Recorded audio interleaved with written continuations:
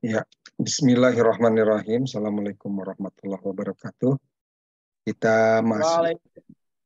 Waalaikumsalam. Ya, kita masuk kepada pembahasan masih membahas bab ketiga, tetapi pada level pembahasan ketiga juga ya. Kita akan mendalami permasalahan atau pembahasan di bab ketiga berkaitan dengan bagaimana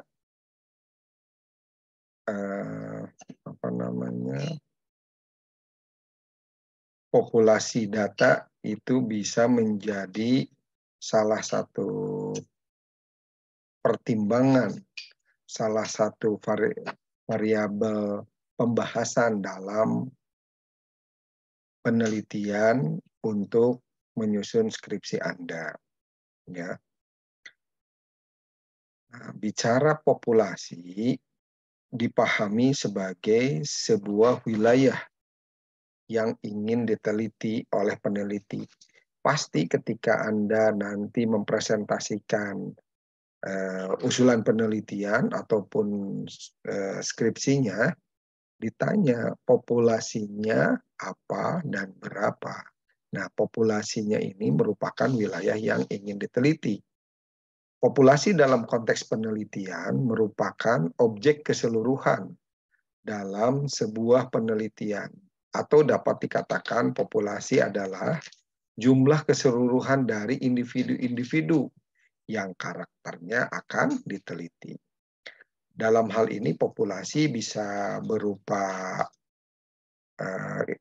orang, benda, perusahaan, bisa juga berupa lembaga yang tentunya bisa dihitung. Definisi populasi disebut juga sebagai kumpulan kelompok tertentu yang hidup dalam dimensi geografis yang tentunya memiliki ciri yang sangat spesifik sesuai dengan rencana penelitian. Singkatnya, populasi adalah kelompok yang hidup dalam wilayah tertentu. Selanjutnya, menurut para ahli ada juga pemahaman berkaitan populasi, di mana populasi dipahami sebagai keseluruhan objek penelitian. Penelitian hanya dapat dilakukan pada populasi terhingga atau terukur dan subjeknya tidak terlalu banyak. Apakah semua populasi bisa dijadikan sampel? Nah, tidak semua unsur atau elemen populasi mempunyai kesempatan sama untuk bisa dipilih menjadi sampel, tetapi pada kondisi tertentu berkaitan dengan populasi yang homogen, yang sesuai dengan pilihan Anda, di mana jumlahnya memungkinkan teralokasikan sebagai sampel dalam penelitian, populasi bisa dijadikan sampel.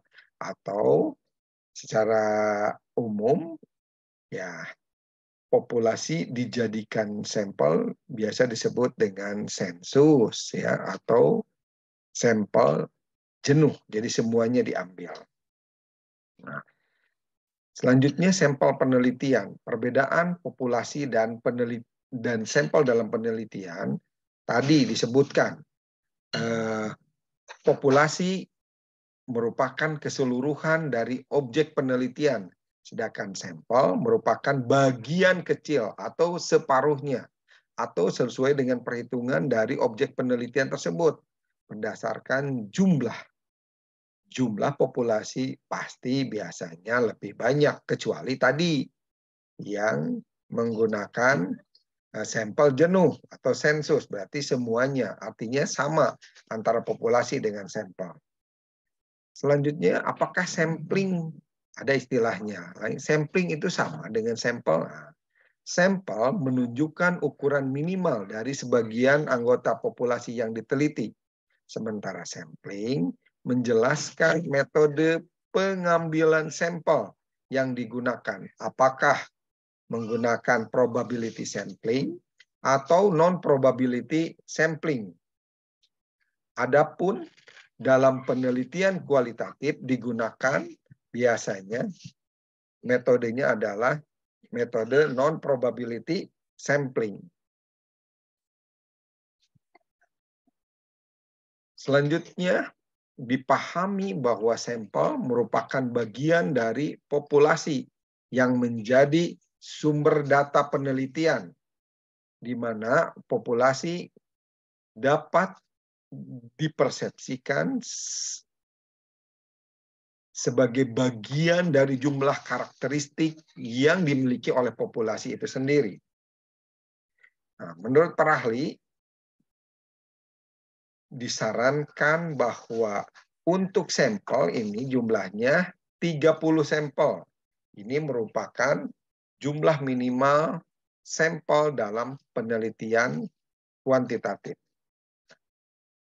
Pendapat lain, sebagaimana yang dikemukakan oleh Belling dalam bukunya Mahmud ini, menyatakan bahwa untuk penelitian yang menggunakan analisis data statistik, ukuran sampel paling rendah atau minimum adalah 30. Nah, jumlah sampel yang diambil adalah sebesar 30 responden. Hal ini sesuai dengan pendapat lainnya, yaitu Singarimbun dan Effendi, yang mengatakan bahwa jumlah minimal uji coba kuesioner adalah minimal 30 responden. Dengan jumlah minimal 30 orang, maka distribusi nilai akan lebih mendekati kurva normal. Selanjutnya, sampling dipahami sebagai proses di mana porsi dari satu populasi diseleksi agar dapat mewakilkan populasi tersebut. Jadi sebagian dari populasi ini mewakili keseluruhan populasi. Tujuan dari dilakukan sampling adalah untuk mendapatkan sampel atau objek sampling yang benar-benar sesuai dan dapat menggambarkan populasi untuk dijadikan sebagai subjek penelitian. Untuk mengambil sampel, teknik sampling dibagi dua, yaitu tadi ya disebutkan probability sampling dan non-probability sampling. Probability sampling yang termasuk dalam kategori probability sampling ini selalu menekankan prinsip di mana setiap subjek dalam populasi memiliki kesempatan yang sama 50-50 untuk bisa dipilih ataupun tidak terpilih sebagai sampling. Ada beberapa teknik sampling dalam probability sampling, yaitu simple random sampling, di mana jenis sampling ini dilakukan dengan menyeleksi secara acak atau pilihan secara langsung pada setiap elemen tanpa memperhatikan strata dalam populasi tersebut. Pengambilan sampel ini merupakan teknik yang dilakukan dengan jenis probabilitas yang sangat sederhana. Jadi kemungkinannya tadi ya 50-50, tetapi mengambilnya secara acak saja, simpel, pilih aja. Selanjutnya yang kedua, stratified random sampling, yaitu pengambilan sampel secara stratified random. Tujuannya mengetahui variabel-variabel yang merupakan bagian penting dari sebuah populasi. Metode ini dilakukan untuk memperoleh sampel yang representatif. Nanti kita bahas. Tadi ya, stratified random sampling. Lalu selanjutnya cluster sampling. Nah, teknik cluster sampling ini dapat dilakukan apabila objek penelitian atau sumber data sangat luas, sehingga dengan cluster sampling ini dapat dipilih karena dua keadaan. Pertama, keadaan ketika simple random sampling tidak dapat dilakukan karena beberapa faktor seperti jarak yang jauh atau biaya yang tinggi. Yang kedua, kondisi ketidaktahuan peneliti terhadap lokasi pasti dari populasi yang digunakan, sehingga tidak memungkinkan untuk menyusun kerangka sampling. Jadi dibuatlah klasternya, ya, bagiannya. Lalu yang keempat, systematic sampling, yaitu pemilihan sampel yang dilakukan secara sistematik dengan syarat adanya daftar subjek yang dibutuhkan. Teknik ini dilakukan sesuai dengan nomor urut yang telah diberikan pada elemen-elemen atau anggota populasi. Tadi yang probability sampling ada 4. Sekarang yang non-probability sampling. Nah, non-probability sampling atau non-random sampling merupakan teknik sampling yang menggunakan sampel pilihan atas subjektivitas peneliti dan tidak acak. Jadi dipilih saja berdasarkan kebutuhan. Non-probability sampling banyak digunakan dalam penelitian kualitatif, ya. Kalau yang tadi kuantitatif, ya. Selanjutnya ada beberapa teknik sampling yang termasuk dalam non-probability sampling. Jadi dipilih sesuai dengan kebutuhan saja. Yang pertama, purposive sampling. Purposive sampling ini merupakan teknik penetapan sampel dengan cara memilih sampel sesuai dengan pengetahuan peneliti terhadap penelitian berdasarkan tujuan atau masalah dari penelitian itu sendiri. Sampel yang dipilih itu dianggap sebagai sampel yang sesuai dengan penelitian tersebut. Selanjutnya ada consecutive sampling. Ya. Pengambilan sampel ini dilakukan dengan menetapkan subjek yang memenuhi kriteria penelitian dan dimasukkan dalam penelitian hingga waktu tertentu. Yang ketiga, convenience sampling. Ya. Ini metode dilakukan dengan cara menetapkan sampel dan mencari subjek berdasarkan hal-hal yang diminati atau menyenangkan peneliti. Sampel ini memang secara subjektif dipilih dari populasi yang ada. Yang keempat dari non-probability sampling adalah quota sampling. Ya. Metode quota sampling ini dilakukan dengan menentukan sampel dalam kuota, kemudian menetapkan setiap strata populasi sesuai dengan tanda-tanda yang dimiliki dan mempunyai pengaruh dominan terhadap variabel yang diteliti. Populasi dalam teknik ini tidak sama atau tidak homogen, sehingga populasi perlu diseleksi terlebih dahulu. Nanti setiap strata akan diberikan jatah sampelnya. Yang kelima, snowball sampling. Snowball sampling ini teknik pengambilan sampel yang dimulai dari sampel pertama, bisa 1 maupun lebih. Sampel pertama akan dibutuhkan untuk menentukan objek lainnya yang sesuai dengan karakteristik sampel. Dan kemudian memberitahukan kepada peneliti apa yang terjadi untuk selanjutnya. Pengambilan sampel ini dilakukan berulang hingga jumlah kebutuhan sampelnya terpenuhi. Nah, selanjutnya bagaimana tahapan pengambilan sampel penelitian? Yang pertama, menentukan kerangka sampel dan melakukan pengumpulan semua peristiwa yang terjadi atau mungkin. Yang kedua, menentukan teknik atau metode sampling apa yang paling tepat. Kalau kita biasanya di pendekatan kuantitatif tadi ada pilihannya, baik itu simple random sampling ataupun stratified sampling atau cluster sampling. Ya, nanti sesuai dengan metode yang terpilih. Yang ketiga melakukan pengambilan sampel, yaitu pengumpulan data dan melakukan pemeriksaan ulang pada proses sampling itu sendiri.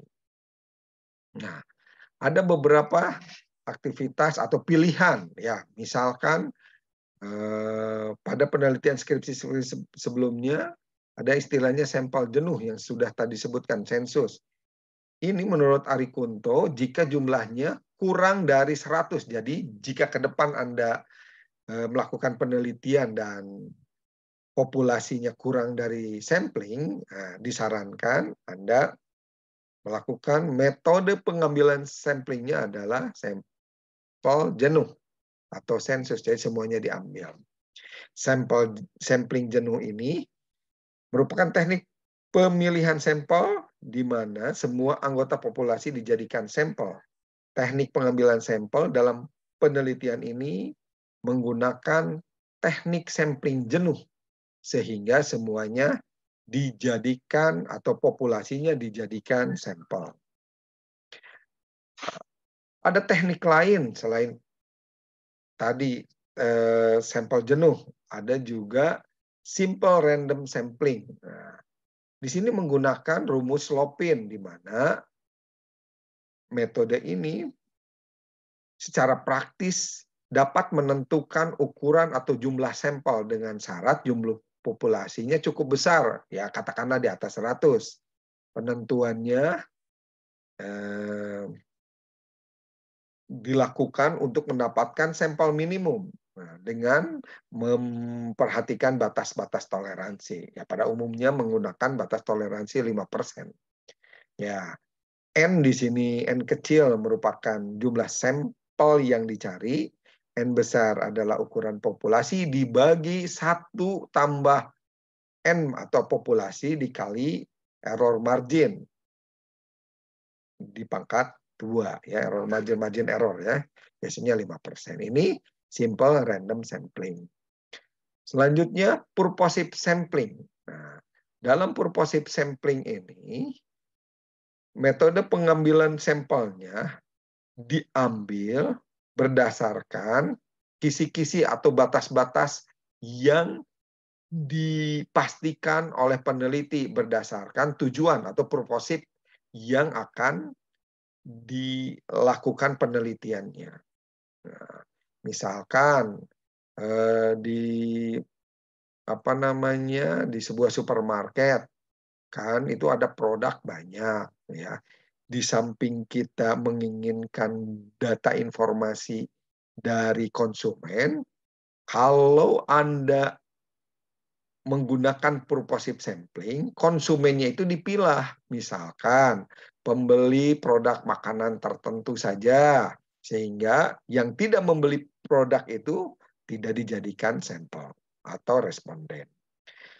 Selanjutnya proporsional random sampling. Nah, teknik proporsional random sampling ini merupakan teknik pengambilan proporsi untuk memperoleh sampel yang representatif, pengambilan subjek dari setiap strata atau wilayah ditentukan seimbang atau sebanding dengan banyaknya subjek dari wilayah masing-masing. Misalkan Anda meneliti bidang SDM, lalu di perusahaan itu ada berbagai departemen dan Anda meneliti seluruhnya. Nah, tiap departemen memiliki persentase akumulasi terhadap keseluruhan SDM. Nah, persentase itu menjadi patokan jika misalkan Anda sudah menghitungnya berdasarkan metode simple random sampling. Nah, proporsionalnya berdasarkan proporsional perhitungan persentase yang ada. Misalkan berapa jumlah SDM yang menjadi responden bagian marketing, bagian produksi, bagian general affair, ataupun bagian logistik. Ini menjadi penyeimbang, ya, agar semua responden terwakili berdasarkan wilayah masing-masing.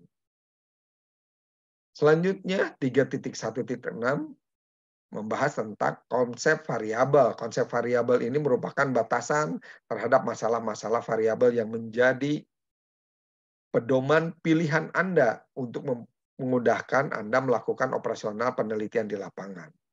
Menurut Ibnu, variabel penelitian ini merupakan konsep yang mempunyai lebih dari satu nilai, keadaan, kategori, atau kondisi. Ya. Jika Anda misalkan memilih contoh pengaruh disiplin kerja terhadap kinerja, berarti ada 2 variabel. Jadi konsep variabelnya ada 2. Satu, variabel yang menduduki posisi independen, variabel independen, dan satu lagi variabel terikat atau variabel dependen. Kalau misalnya pengaruh disiplin kerja dan motivasi terhadap kinerja, berarti ada 3. Ada 2 variabel independen dan 1 variabel dependen. Ya, contoh nih, Ada dua variabel. Variabel bebas atau variabel independen, di mana di dalamnya merupakan satu kondisi atau nilai yang jika muncul akan mengubah kondisi yang lain. Dia mempengaruhi variabel yang lain. Dengan demikian, jika ditinjau keberadaannya, variabel bebas dapat lebih dulu muncul dan akan diikuti oleh variabel lainnya, baik itu variabel intervening atau variabel dependent. Selanjutnya variabel terikatnya tadi ya. Ketika Anda pilih dua variabel, variabel pertama sebagai variabel independen, variabel kedua sebagai variabel terikatnya atau dependentnya. Variabel terikat merupakan satu kondisi atau nilai yang muncul akibat pengaruh dari variabel bebas. Ya. Selanjutnya ada juga di penelitian lain yang disebut variabel antara atau intervening. Walaupun banyak yang tidak menggunakan di penelitian skripsi, tetapi ada baiknya kita pahami. Variabel intervening ini merupakan variabel yang secara teoritis mempengaruhi hubungan antar variabel independen dan dependen, ya, menjadi hubungan yang tidak langsung dan dapat diamati dan diukur. Ya, misalkan pengaruh disiplin kerja terhadap produktivitas yang implikasinya adalah mempunyai implikasi terhadap kinerja karyawan. Atau kalau di marketing, pengaruh kualitas produk terhadap keputusan pembelian yang berimplikasi pada loyalitas pelanggan. Nah, keputusan pembelian ini sebagai intervening. Tadi produktivitas ini sebagai variabel intervening. Nah, ini biasanya menggunakan metode analisis dengan analisis jalur atau path analisis. Kalau yang sebelumnya, kalau dengan dua variabel, yang biasa Anda atau kita lakukan adalah dengan menggunakan metode analisis regresi. Ya. Yang keempat, variabel moderating. Ini variabel yang dapat memperkuat atau memperlemah hubungan langsung antara variabel independen dan variabel dependent. Variabel moderating ini merupakan variabel yang memiliki pengaruh terhadap sifat atau arah hubungan antar variabel. Nah, selanjutnya konsep variabel ini, selanjutnya kita memilih teori apa yang mendukung konsep variabel yang ditetapkan. Misalkan tadi variabel independennya disiplin kerja. Anda menggunakan teori siapa, misalkan Hasibuan atau Mangkunegara atau yang lain-lain. Begitu juga variabel dependennya. Pilih teori yang mendukungnya, yang menjadi pendukung dari konsep variabel ini. Selanjutnya operasional variabel. Ya, operasional variabel ini merupakan satu keadaan di mana variabel tersebut dapat memberikan arti atau menspesifikasikan kegiatan atau memberikan langkah, memberikan pembuka langkah yang diperlukan untuk mengukur variabel tersebut. Operasional variabel memberikan pernyataan pada peneliti untuk apa saja yang diperlukan dalam menjawab berbagai pertanyaan atau pernyataan untuk menguji hipotesis penelitian khususnya pada penelitian kuantitatif. Kolom yang ada dalam operasional variabel terdiri dari nomor variabel, nama variabel, konsep variabel, dimensi variabel, indikator, pembentuk dimensi, skala pengukurannya yang tadi ya, biasanya ordinal, lalu juga nomor item kuesioner yang akan dibuat. Selanjutnya yang terakhir, dalam pengisian di sini kan ada skala pengukuran. Nah, ada berbagai skala pengukuran. Biasanya kita menggunakan skala ordinal, tetapi ada baiknya kita bahas apa perbedaan antara skala nominal, ordinal, interval, dan rasio. Skala nominal merupakan skala yang paling rendah, paling lemah di antara skala pengukuran yang ada. Skala nominal hanya bisa membedakan benda atau peristiwa yang satu dengan yang lainnya berdasarkan nama atau predikat. Misalkan jenis kulit, partai, pilihan partai, agama, status gitu, jenis kelamin ya. Oke. Selanjutnya skala ordinal ya. Skala ordinal ini merupakan skala pengukuran yang sama menunjukkan jarak interval antara tingkatan yang tidak harus sama, tetapi setingkat lebih tinggi dibandingkan skala yang nominal ya. Skala ordinal mengkategorisasikan data yang disusun berdasarkan urutan terendah sampai urutan tertinggi ya. Skala pengukuran ordinal juga bisa mengukur tingkat kepuasan, dimulai dari tidak puas, cukup puas, atau netral, ataupun juga puas dan sangat puas ya. Atau juga sangat tidak puas. Nah, itu tergantung skala Likert yang nanti dipilih berapa tingkatannya, baik 3, 5, 7, ataupun 9. Skala yang ketiga adalah skala interval, ya, pengukuran dengan skala numerik, di mana nilai-nilai berdekatan memiliki jarak yang sama. Nah, pada pengolahan data di penelitian nanti skala ordinal yang merupakan skala pada operasional variabel kita rubah menjadi skala interval supaya datanya lebih homogen ya. Kan pilihannya kalau yang ordinal satu, misalkan 5 tingkatan 1, 2, 3, 4, 5, ada yang milih 1, ada yang milih 2, ada yang milih 3, dan selanjutnya sampai 5. Nah, itu kan bermacam-macam. Nah, dengan skala interval ini menjadi bisa lebih terukur ya intervalnya.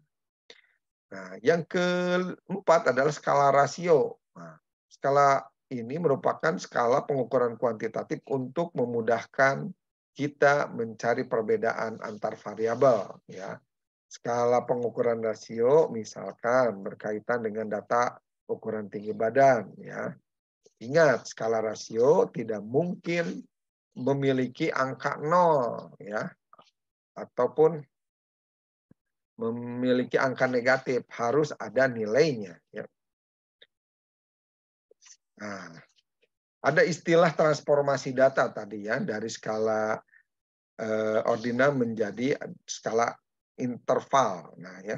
Ini merupakan proses konversi data ke dalam skala baru. Tujuannya adalah untuk memenuhi homogenitas ragam sebaran data agar menjadi normal. Dengan melakukan transformasi data ordinal ke data interval, kita dapat mendapatkan data yang terdistribusi lebih normal dan menjadi homogen, yang selanjutnya dapat dilakukan dan menjadi prasyarat untuk uji asumsi klasik. Ya.